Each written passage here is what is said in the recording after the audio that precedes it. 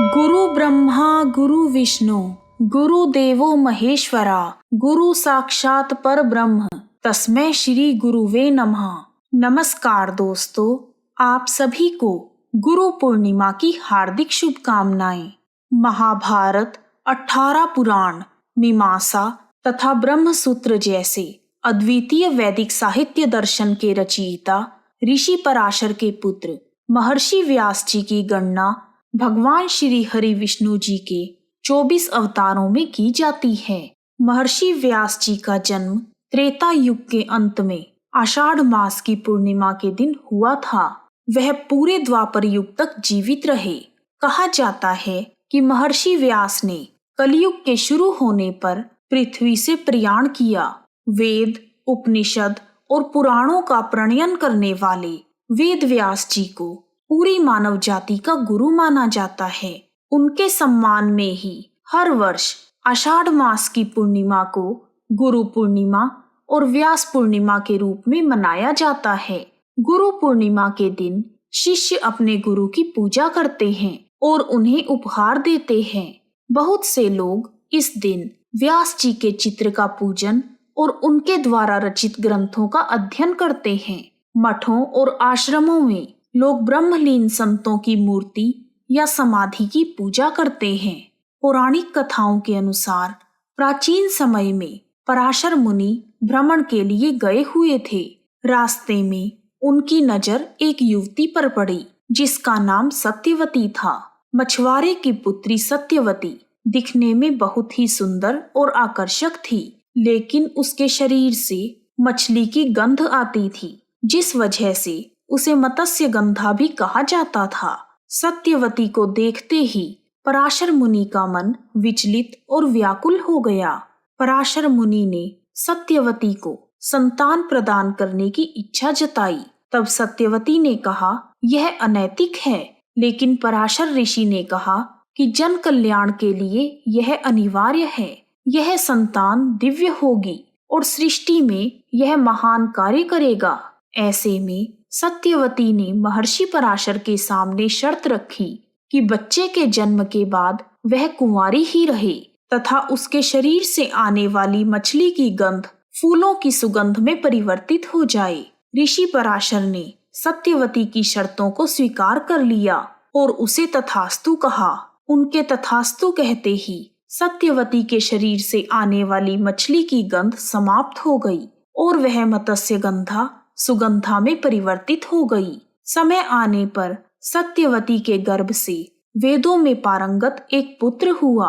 जन्म होते ही वह बालक बड़ा हो गया और अपनी माता से बोला, हे माता, जब भी तुम मुझे स्मरण करोगी मैं उपस्थित हो जाऊंगा। इतना कहकर वह तपस्या करने के लिए द्वैपायन द्वीप में चले गए। कठोर तप के कारण उनके शरीर का रंग काला हो गया, जिस कारण उन्हें कृष्ण द्वैपायन कहा जाने लगा। आगे चलकर वेदों का विभाजन करने के कारण वह वेद व्यास के नाम से विख्यात हुए। एक दिन राजा शांतनु यमुना नदी के तट पर टहल रहे थे। तभी उन्हें नाव चलाते हुए सत्यवती दिखी। उसके शरीर से आ रही सुगंध ने राजा के मन को मोह लिया और राजा तत्काल ही उसके पिता के पास पहुंच गए और सत्यवती के साथ विवाह की इच्छा जताई। सत्यवती के पिता ने राजा शांतनु के सामने शर्त रखी कि मेरी कन्या का पुत्र ही राज्य का उत्तराधिकारी बनेगा, जिसे राजा शांतनु ने अस्वीकार कर दिया, क्योंकि राज्य का उत्तराधिकारी राजा शांतनु तथा गंगा का पुत्र भीष्म था।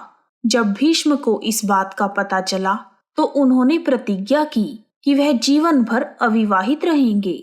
भीष्म की प्रतिज्ञा के बाद सत्यवती का विवाह राजा शांतनु के साथ हुआ। तब राजा शांतनु और सत्यवती के 2 पुत्र हुए, जिनके नाम चित्रांगद और विचित्रवीर्य थे। चित्रांगद और विचित्रवीर्य के बाल्यकाल में ही शांतनु का स्वर्गवास हो गया। तब गंगा पुत्र भीष्म ने चित्रांगद के बड़े होने पर उन्हें राजगद्दी पर बिठा दिया, परंतु कुछ ही समय बाद गंधर्वों से युद्ध करते हुए चित्रांगद मारा गया। इस पर भीष्म ने उनके अनुज विचित्रवीर्य को राज्य का कार्यभार सौंपा। अब भीष्म को विचित्रवीर्य के विवाह की चिंता हुई। उन्हीं दिनों काशीराज की 3 कन्याओं अंबा, अंबिका और अंबालिका का स्वयंवर था। उनके स्वयंवर में जाकर अकेले भीष्म ने वहां आए हुए सभी राजाओं को परास्त कर दिया और तीनों कन्याओं का हरण करके हस्तिनापुर ले आए। काशीराज की बड़ी पुत्री अंबा ने भीष्म को बताया कि वह अपना तन मन राजा शाल्व को अर्पित कर चुकी है। उसकी बात सुनकर भीष्म ने उसे राजा शाल्व के पास भिजवा दिया, लेकिन राजा शाल्व ने अंबा को ग्रहण नहीं किया। अंबा निराश होकर वन में तपस्या करने चली गई। अंबिका और अंबालिका का विवाह विचित्रवीर्य के साथ करवा दिया, परंतु विचित्रवीर्य क्षय रोग से पीड़ित होकर अल्प आयु में ही बिना संतान के मृत्यु को प्राप्त हो गए। पुत्र की मृत्यु का समाचार पाकर माता सत्यवती को बहुत दुख हुआ।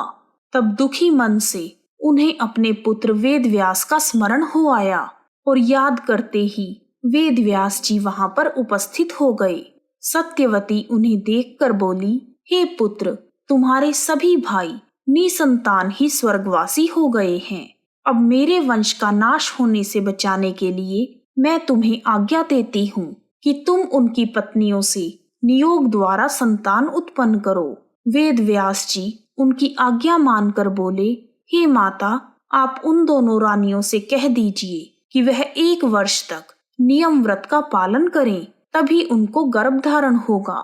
1 वर्ष व्यतीत हो जाने पर वेदव्यास जी सबसे पहले बड़ी रानी अंबिका के पास गए। अंबिका ने उनके तेज से डरकर अपने नेत्र बंद कर लिए।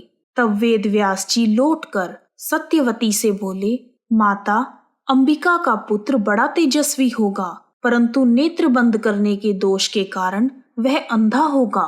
सत्यवती को यह सुनकर बहुत दुख हुआ और उन्होंने वेदव्यास को छोटी रानी अंबालिका के पास भेजा। रानी अंबालिका वेदव्यास को देखकर डर से पीली हो गई। उसके कक्ष से लौटने के बाद वेदव्यास जी ने सत्यवती से कहा, हे माता, अंबालिका के गर्भ से रोग से ग्रसित पुत्र होगा। इससे माता सत्यवती को और भी दुख हुआ और उन्होंने बड़ी रानी को उन्हें वेदव्यास के पास जाने का आदेश दिया। इस बार बड़ी रानी ने स्वयं ना जाकर अपनी दासी को वेदव्यास जी के पास भेज दिया। इस बार वेदव्यास जी ने माता सत्यवती के पास आकर कहा, हे माते, इस दासी के गर्भ से वेदों में निपुण अत्यंत नीतिवान पुत्र होगा। इतना कहकर वेदव्यास जी तपस्या करने चले गए। समय आने पर अंबिका के गर्भ से धृतराष्ट्र ने जन्म लिया और अंबालिका के गर्भ से रोग से ग्रसित पांडु तथा दासी के गर्भ से धर्मात्मा विदुर का जन्म हुआ। आगे चलकर जब धृतराष्ट्र के यहाँ कोई पुत्र नहीं हुआ तो वेदव्यास जी की कृपा से ही उनकी 100 संतानों ने जन्म लिया। महर्षि वेदव्यास जी के पुत्र महान बाल योगी शुकदेव थे। शुकदेव के जन्म के बारे में कहा जाता है कि वह 12 वर्ष तक माता के गर्भ में रहे। वह महर्षि वेदव्यास के अयोनिज पुत्र थे। एक समय भगवान शिव माता पार्वती को अमर कथा सुना रहे थे। पार्वती जी को कथा सुनते सुनते नींद आ गई और उनके पास बैठे हुए एक शुक ने हुंकारा भरना शुरू कर दिया। जब भगवान शिव को इस बात का पता चला तो वह शुक को मारने के लिए दौड़े और उसके पीछे अपना त्रिशूल छोड़ा। वह शुक जान बचाने के लिए तीनों लोकों में भागता रहा। भागते भागते वह व्यास जी के आश्रम में पहुंच गया और सूक्ष्म रूप बनाकर उनकी पत्नी के मुख में घुस गया और वहां उनके गर्भ में ठहर गया। जब वह 12 वर्ष तक गर्भ से बाहर नहीं आए तब भगवान श्री कृष्ण ने स्वयं आकर शुक को आश्वासन दिया कि बाहर निकलने पर उनके ऊपर माया का प्रभाव नहीं पड़ेगा। श्री कृष्ण के आश्वासन के बाद ही वह गर्भ से बाहर आए और व्यास जी के पुत्र कहलाए। हमारे शास्त्रों के अनुसार महर्षि व्यास त्रिकालज्ञ थे तथा उन्होंने दिव्य दृष्टि से यह पहले ही जान लिया था कि कलयुग में धर्म क्षीण हो जाएगा। धर्म के क्षीण होने के कारण मनुष्य नास्तिक, कर्तव्यहीन और अल्पायु हो जाएंगे। एक विशाल वेद का अध्ययन उनके सामर्थ्य से बाहर हो जाएगा। इसलिए महर्षि वेदव्यास जी ने वेद का 4 भागों में विभाजन कर दिया, जिससे कि कम बुद्धि और कम स्मरण शक्ति रखने वाले सभी लोग वेदों का अध्ययन कर सके। व्यास जी ने उन 4 भागों का नाम रखा ऋग्वेद, यजुर्वेद, सामवेद और अथर्ववेद। उन्होंने ऋग्वेद अपने शिष्य पैल, यजुर्वेद अपने शिष्य जैमिन, सामवेद वैशंपायन को और अथर्ववेद सुमंतु मुनि को पढ़ाया। उसके बाद वेद व्यास जी ने 5वें वेद के रूप में 18 पुराणों की रचना की, जिनमें सभी वेदों के ज्ञान को रोचक कथाओं के रूप में बताया। पुराणों तथा महाभारत के रचयिता महर्षि वेदव्यास जी का मंदिर काशी से 5 मील की दूरी पर व्यासपुरी में स्थित है।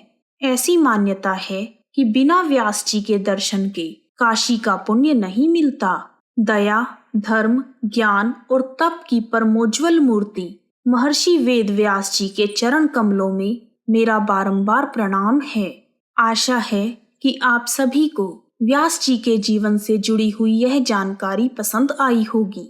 यदि आपको वीडियो पसंद आया है तो कमेंट बॉक्स में ओम नमो भगवते वासुदेवाय लिखना ना भूलें। आप सभी का हार्दिक धन्यवाद। श्री कृष्ण गोविंद हरे मुरारी, हे नाथ नारायण वासुदेवा। जय श्री कृष्णा।